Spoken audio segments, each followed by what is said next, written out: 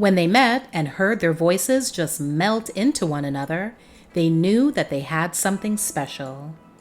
However, even an international smash hit and a platinum-selling album couldn't prevent the failure, drama, and tragedy that was to follow for 90s R&B group Brownstone.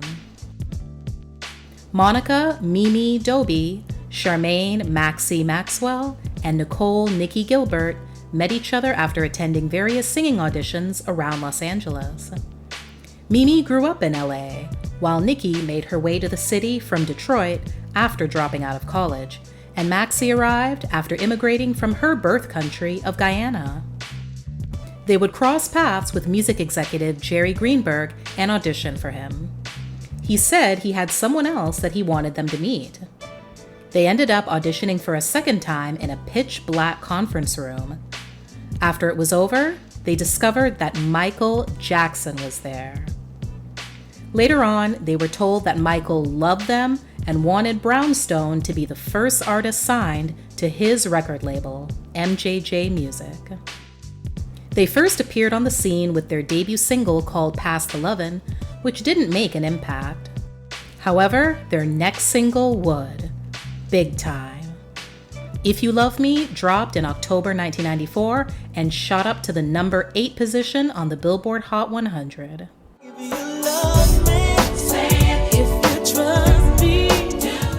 The track won them a Billboard Music Award and their first Grammy nomination for Best R&B Performance. Their debut album, titled From the Bottom Up, dropped in January 1995.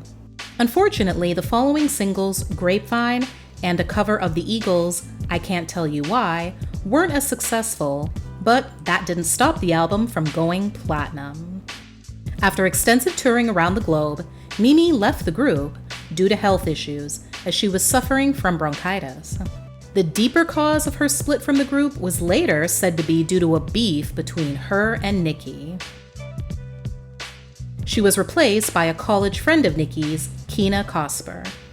After a difficult transition period, Brownstone released the song 5 Miles to Empty in May 1997 from their sophomore album Still Climbing that dropped the following month. Overall, the album didn't do as well as their debut. In a 2008 interview with UrbanBridges.com, Maxee plainly summed up why.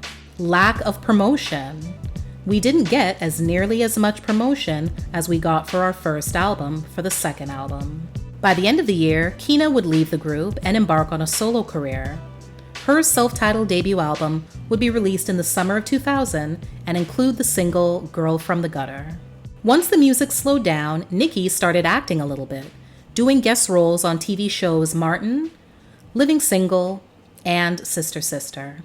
She also had her feature film debut in the 1998 romantic comedy Woo.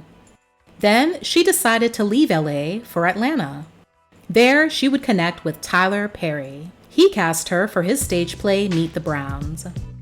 From that experience, Nicci fell in love with the idea of doing urban theater and stage plays. Around the same time, and after a 5-year hiatus, Nicci signed with MCA Records and released her first solo album, titled Grown Folks Music, in 2002. She married retired boxer Leonard Daniels in July 2010. Together, they launched a production company called No Ego Entertainment.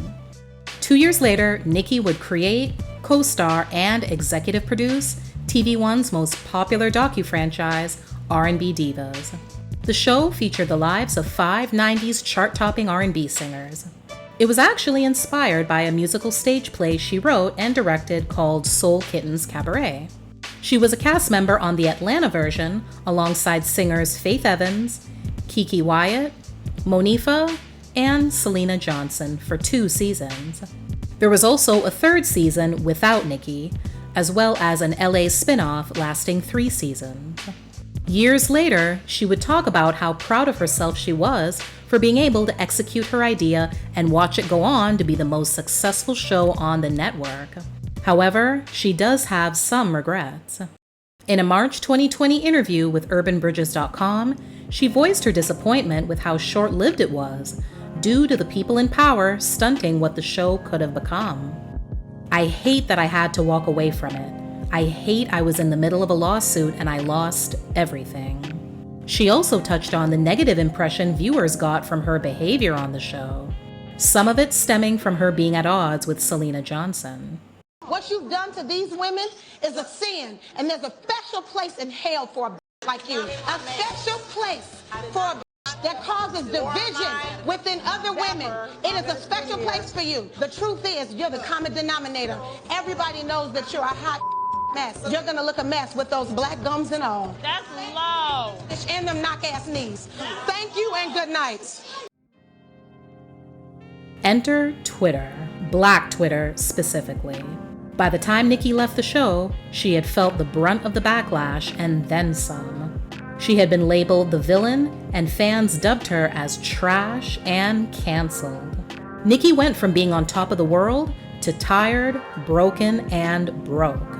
She put her own creativity, talent, and resources into the show, and it continued without her. She even saw the clothing line she created and launched on the show skyrocket and plummet within days. "I hate that people have this monolithic, one-dimensional image of who I was. Who I am as a person, till this day, there are still people who won't work with me because of it." Nicci partnered with Queen Latifah in 2015 to produce a series for BET Networks of the same name as Brownstone's debut album, From the Bottom Up. It ran for 3 seasons. She also has a nonprofit of the same name. Maxee moved to London and signed with Mercury Records in 2000 to pursue a solo career. She achieved moderate success on the European charts with her debut single, When I Look Into Your Eyes. On February 28, 2015, Charmaine Maxee Maxwell passed away. She was 46 years old. According to TMZ, it was a freak accident. She fell and cut her neck on a broken wine glass at her home in Los Angeles.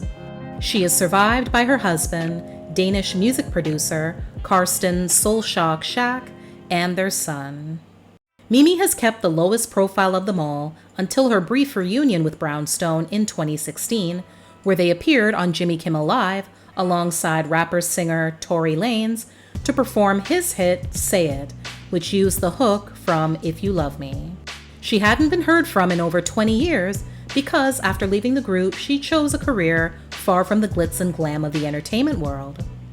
All this time, she's been a school teacher with the Los Angeles Unified School District. Over the last several years, Nicci has been hard at work on a number of non-musical projects. She completed a documentary, as well as a short film. She also hosts the empowering late-night talk show series, She Speaks Live, and the Nights with Nicci podcast on her YouTube channel, No Ego TV.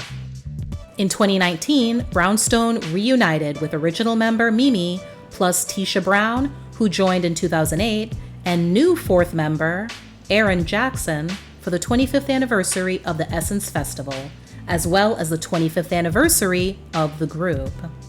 They also announced that the group was rebranding themselves as the Brownstone Experience. Brownstone hasn't released any new music for over 20 years. However, Nicci updated fans in June 2021 on her personal Instagram that the ladies were working on new music and to stay tuned. Thanks for watching. Please like, share, and comment. Also, don't forget to subscribe and turn on your notifications so you won't miss any future videos. See you next time!